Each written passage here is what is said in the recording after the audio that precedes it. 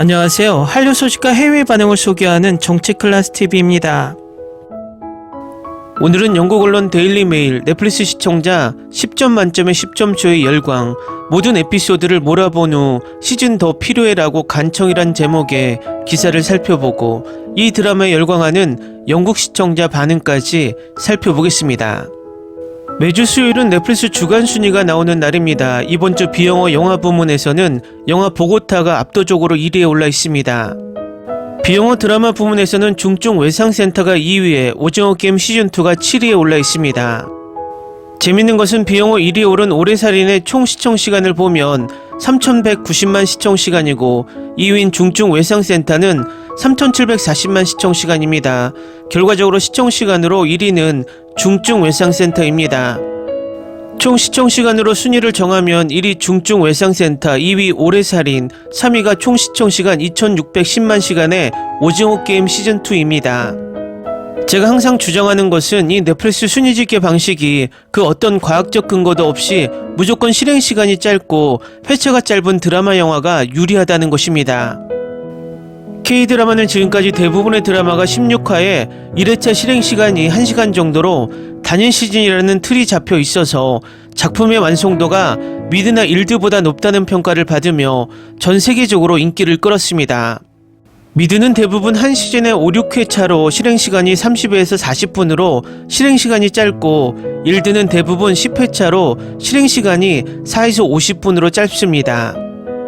결국 지금 넷플릭스 순위 집계 방식은 미드와 일드 또는 극단적으로 회차와 1회 실행시간이 2에서 30분이 일본 애니에 너무나 유리한 방식입니다. 결국 누가 이 순위 집계 방식으로 바꿨는지 모르지만 다분히 미드 순위를 띄우고 K드라마 순위를 낮추기 위한 꼼수 순위 방식이라는 것입니다. 또 어부지리로 일본 애니가 이 순위 방식에 가장 큰 수혜를 얻고 있습니다. 이번 주 주간 순위 비영어 1위 스웨덴 드라마 오래살인은 총 5화에 1화 실행시간이 30에서 40분입니다. 반면에 2위인 중증 외상센터는 총 8화에 1화 실행시간이 5에서 60분으로 상대적으로 나누기 싸움에서 상당히 불리합니다. 결과적으로 오늘 날짜 플리스페트롤 순위를 보면 실행시간이 짧고 회차가 적은 드라마들이 탑10 순위를 장악하고 있고 K드라마는 그 나누기 싸움에서 밀려 탑10 순위에 없습니다. 이 순위가 정당성이 없는 이유는 이 탑10 순위에 있는 모든 드라마들이 IMDb 시청자 평점에서 8점 이상의 드라마가 없다는 것입니다. 다시 말하면 시청자들이 재미를 느끼지 못했다는 것입니다. 극단적인 예를 들자면 넷플릭스에서 K드라마 1위를 하기는 너무나 쉬운 방법이 있습니다. BTS나 블랙핑크 멤버를 주연으로 한 10분짜리 뮤직 드라마 3회차로 올리면 무조건 오징어 게임 역대 기록도 넘을 것입니다. 이 순위 방식이 얼마나 엉터리인지 우리가 영화를 보면서 1시간짜리는 좋은 영화, 2시간짜리 영화는 나쁜 영화로 재단을 하면서 보게 된다는 것입니다. 혹자는 이런 이야기를 합니다. K드라마도 미드처럼 회차가 짧고 실행시간도 짧게 만들자. 저는 이 주장에 반대하는 것이 회차가 짧고 실행시간이 짧으면 드라마의 퀄리티와 완성도가 떨어집니다. 지금 넷플릭스 오리지널 K드라마들의 퀄리티가 계속 떨어지는 이유가 이 미드 제작 방식을 그대로 따라가기 때문입니다. 결론은 너무 넷플릭스 제작 방식에 목매이지 말고 우리는 기존 하던 대로 나아가면 됩니다. 그리고 꾸준히 넷플릭스의 불공정한 순위 방식이 개선될 수 있도록 여론화 하면서 우리나라 국산 글로벌 OTT를 키워나가며 넷플릭스와 디즈니 플러스와 같은 미국 OTT와 선의의 경쟁을 해 나아가야 됩니다.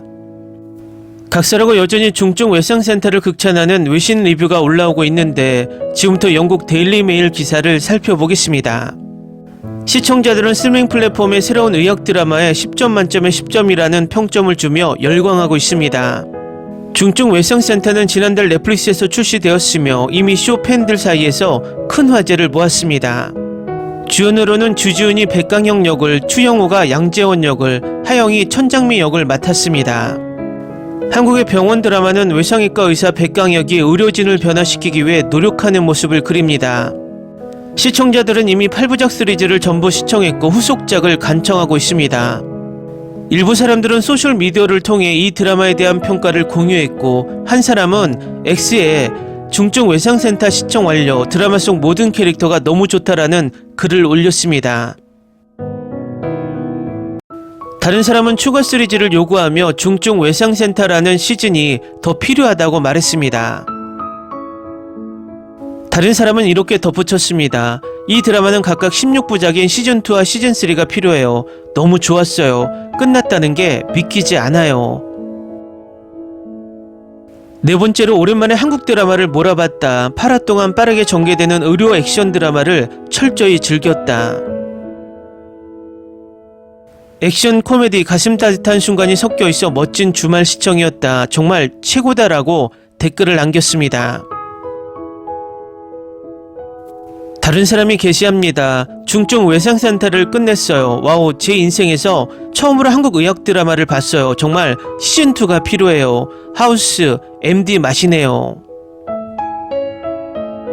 다른 사람은 시즌2를 부탁해요. 넷플릭스에서 실현시켜 주세요라고 말합니다. 또 다른 사람은 이렇게 말합니다. 이건 제가 가장 즐겼던 의학 드라마입니다. 너무 오래되었고 모든 게 다 있었어요. 8부작 이상 보고 싶어요. 너무 좋아요. 한편은 의심할 여지 없이 중증 외상센터는 10점 만점에 10점이라는 평가를 내렸습니다. 이는 넷플릭스 시청자들이 작년 말에 또 다른 의학 드라마에 대한 기대감을 공유한 이후에 나온 것입니다. 그들은 6시즌 분량의 의학 드라마 레지던트에 열광했는데 이 드라마는 몰아보는 시청자들 사이에서 빠르게 인기를 얻고 있습니다.